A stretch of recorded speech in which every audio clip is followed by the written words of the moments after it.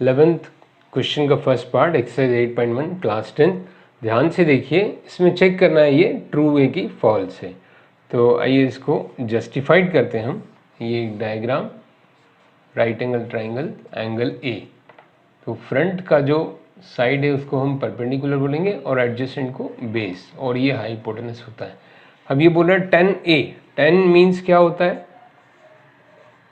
10 means perpendicular upon base. अब perpendicular upon base जो ratio है ये ऑलवेज लेस देन 1 मीन्स क्या बोल रहा है? ये जैसे 2 है तो ये 3 है, तो फॉर एग्जांपल 2/3 तो ये लेस देन 1। और अगर ये 4 है तो ये 5 है, लेस देन 1। तो हमेशा तो ऐसा नहीं होगा, क्योंकि perpendicular can also be greater than base.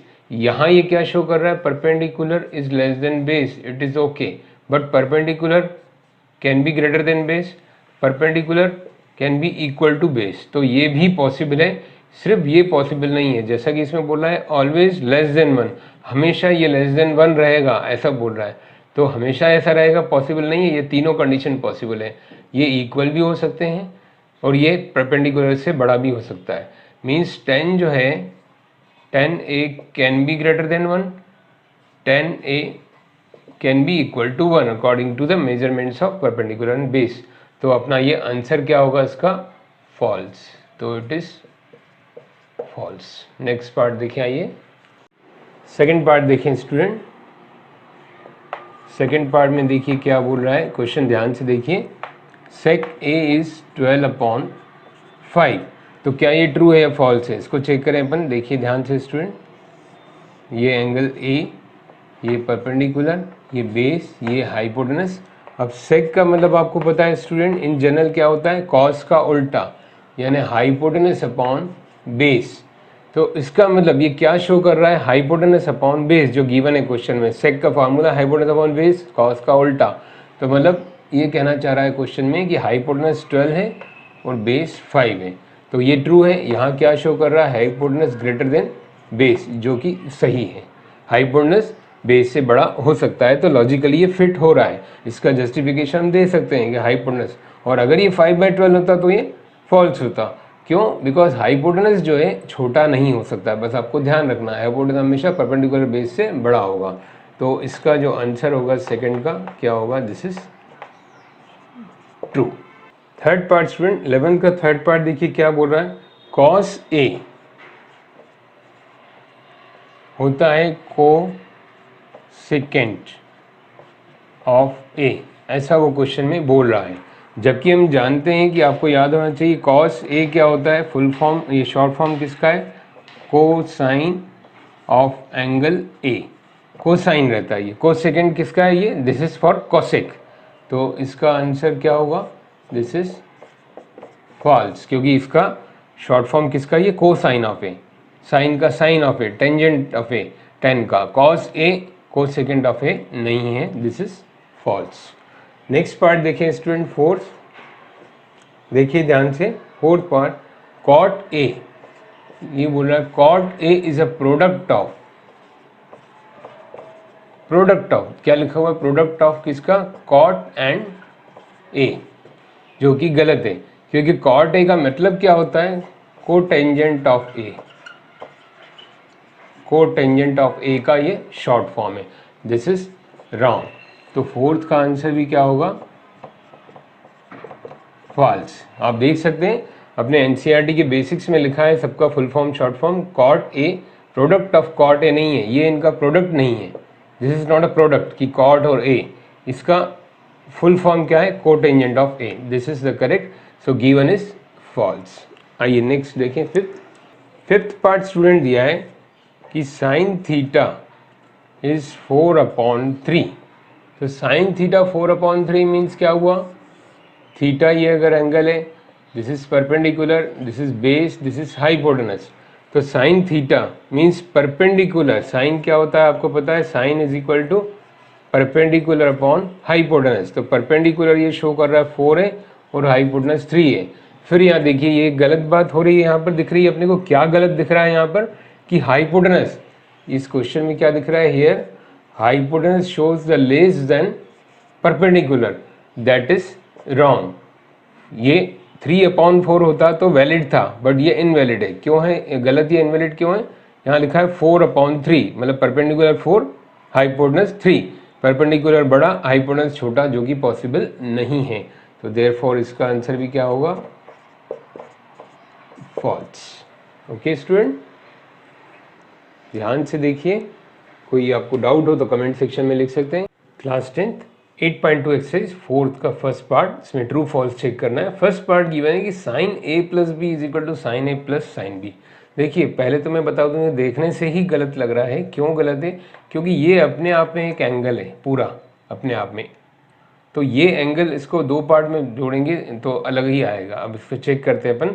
For example ले लेते हैं, लेट ए जो एंगल है उसको हम लेते हैं 30 डिग्री एंड एंगल बी को हम ले लेते हैं 60 डिग्री। तो अब LHS देखिए क्या होता है, sign A plus B means A plus B यानी कितना हुआ, साइन 30 प्लस 60, तो ये आ गया साइन 90, यानी कि इसका वैल्यू होता है 1। ये क्या है हमारा LHS। अब RHS देखते हैं अपन अलग अलग। तो RHS है हमारा sign A plus sine B. तो क्या हो गया, ये ए और बी हमने अलग अलग लिया है। अलग अलग करके देखें, साइन 30 प्लस साइन 60। अब साइन 30 की वैल्यू होती है 1/2 और साइन 60 की वैल्यू होती है √3/2। ये पिछले वीडियोज़ में मैंने आपको चार्ट बनवा के याद करवाया, देखिएगा जिन्होंने मिस किया हो ये। तो ये कितना हो जाएगा, √3 प्लस 1/2। अब देखिए इट इज़ एंटायरली डिफरेंट, ये बिल्कुल पूरी तरह से अलग है, √3 प्लस 1/2 और ये 1। तो दिस इज RHS। तो ये दोनों बिल्कुल ही अलग हैं, तो दिस इज फॉल्स। तो हमारा आंसर क्या आएगा यहाँ, इसका फॉल्स। क्यों? क्योंकि ये दोनों इक्वल नहीं है आपस में। तो ये याद रखिए कि कभी भी साइन 30 प्लस साइन 60 साइन 90 नहीं होता। Okay, come to the second part. Second part student देखिए, मैंने क्वेश्चन भी दे रखा है साइड में। The value of sine theta increases as theta increase. क्या कह रहा है क्वेश्चन कि साइन थीटा की वैल्यू इंक्रीज होती है अगर थीटा इंक्रीज हो। तो थीटा को अपन ले लेते हैं पहले 0, फिर थीटा को ले लेते हैं 30 डिग्री, फिर थीटा को ले लेते हैं 90 डिग्री। बहुत सारे मैं डायरेक्ट 90 ले रहा हूँ ताकि अपन डायरेक्टली चेक करें। तो साइन 0 कितना होगा देखें, इज 0। साइन 30 होगा 1/2, साइन 90 होगा 1। आप देख सकते हैं चार्ट में। तो मैंने 0 लेके देखा 0 आया, 30 लेके देखा 1/2, 90 लेके देखा 1। तो ये क्या हो रहा है, ग्रेजुअली इंक्रीज हो रहा है। जैसे जैसे थीटा बढ़ रहा है वैसे वैसे साइन की वैल्यूज भी बढ़ रही हैं। तो अपना आंसर क्या होगा, इट इज ट्रू। तो it is true that the value of sine theta increases as the theta increase. Come to the next part. Third part, the value of cos theta increases as theta increases. ये check करना है हमें true है कि false है। तो आइए check करें, इसको अपन जस्टिफाई करें। कॉस 0 से शुरुआत करें तो कॉस 0 आपको पता है 1 होता है। देन कोसाइन ऑफ 30 मतलब कॉस 30 डिग्री ये होता है √3/2। और हम और आगे जाएं तो कॉस 60 1/2। तो इस तरह से और भी वैल्यूज़ आप देखेंगे तो क्या हो रहा है, ये वैल्यू डिक्रीज हो रही है। 1 मैक्सिमम है, फिर ये फ्रैक्शन है, फिर ये फ्रैक्शन है। कॉस 90 आपको पता है, लास्ट में अगर हम जाएं तो कॉस 90 ये क्या होता है 0। तो ये वैल्यू क्या हो रही है, डिक्रीज हो रही है। देखिए वैल्यू डिक्रीजेस, बट यहाँ क्वेश्चन में क्या दिया है, इंक्रीजेस। तो इसका आंसर क्या होगा, false. Fourth part, sine theta is cos theta for all values of theta. सभी के लिए, जो कि मैंने यहाँ लिखा नहीं है, sign theta is cos theta for all values of, ये चेक करना है अपने को। तो लेट अस चेक। पहले थीटा 0 लेके देखते हैं, साइन 0 और ये हो जाएगा कॉस 0। तो साइन 0 की वैल्यू 0 एंड कॉस 0 की 1। तो इट इज़ नॉट इक्वल। अब हम चेक करते हैं 0 इज इक्वल टू 30 डिग्री के लिए। तो साइन 30 एंड कॉस 30, तो साइन 30 होता है 1/2 और इस कॉस 30 होता है √3/2, that is also not equal.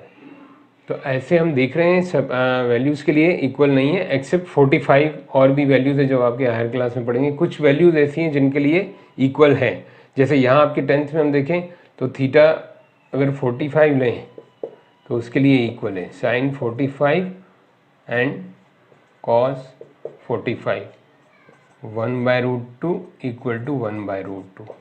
But question में क्या बोल रहा है, फॉर ऑल वैल्यूज़, तो सभी के लिए नहीं है, कुछ एक्सेप्शन है जिनके लिए इक्वल है बट काफ़ी वैल्यूज़ के लिए इक्वल नहीं है। सो अपना आंसर क्या आएगा, द आंसर इज फॉल्स।